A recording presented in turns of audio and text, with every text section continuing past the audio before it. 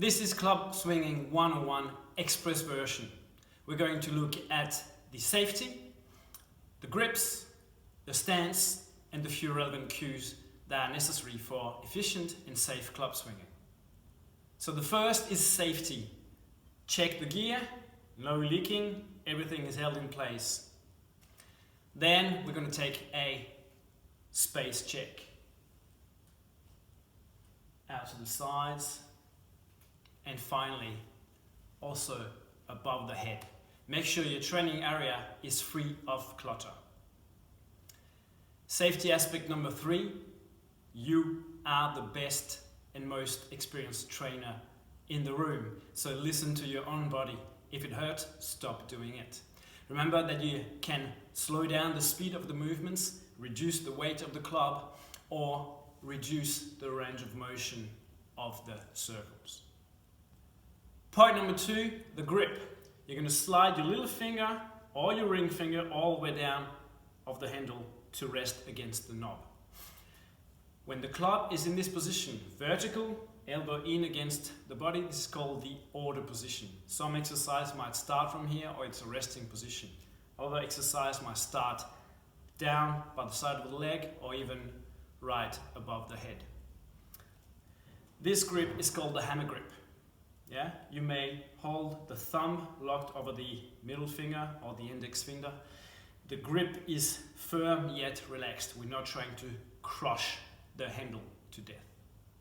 When the club is in motion, we're going to change to what's called the saber grip. So the club is going to be in the prolongation of the arm, like this. So we want to have one straight line when the arm is extended and the club is swinging. Yeah? So this is the saber grip.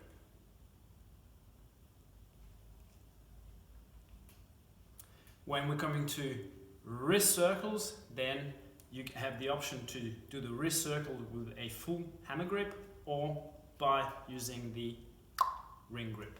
The ring grip, you simply release the last 3 digits and this allows for more range of motion of the club around your wrist.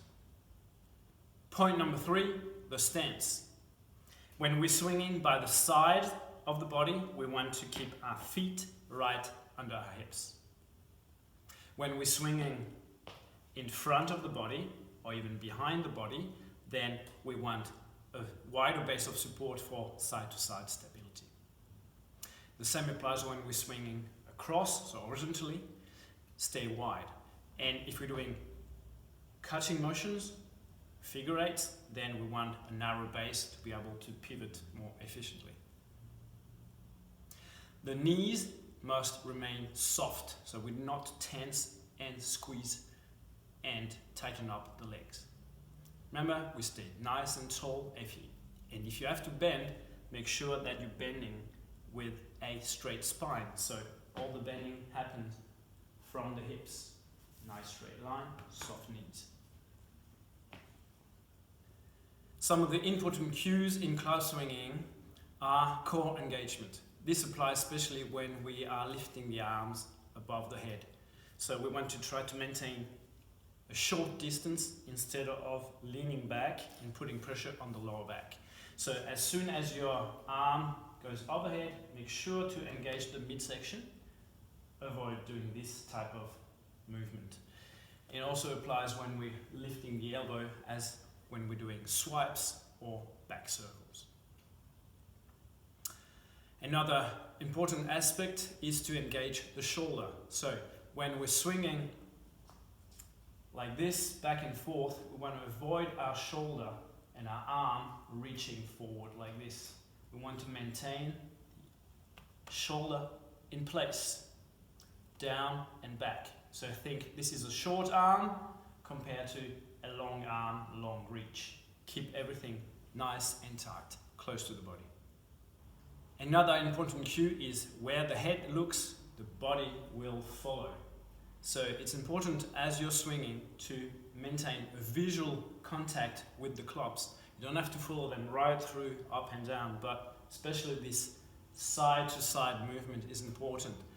It's going to allow your spine to nicely rotate and we want to rotate from the ground up. So the feet are probably going to release if you've got tight knees. Some people might leave the heels in the ground, but we turn from the knee, the hips, shoulders in the direction of the swing.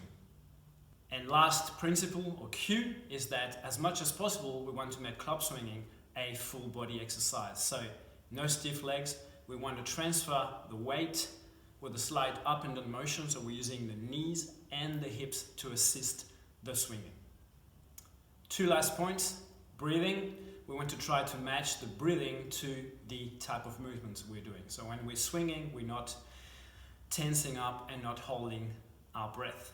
As the arms or the clubs rise, we want to breathe in, and as the clubs fall, we want to breathe out. So the principle behind this type of thinking is that as the rib cage becomes free of pressure, we can breathe in and it can expand. As the arms come against the chest or we're bending forward, we're creating pressure on the rib cage, and here is the right time to breathe out.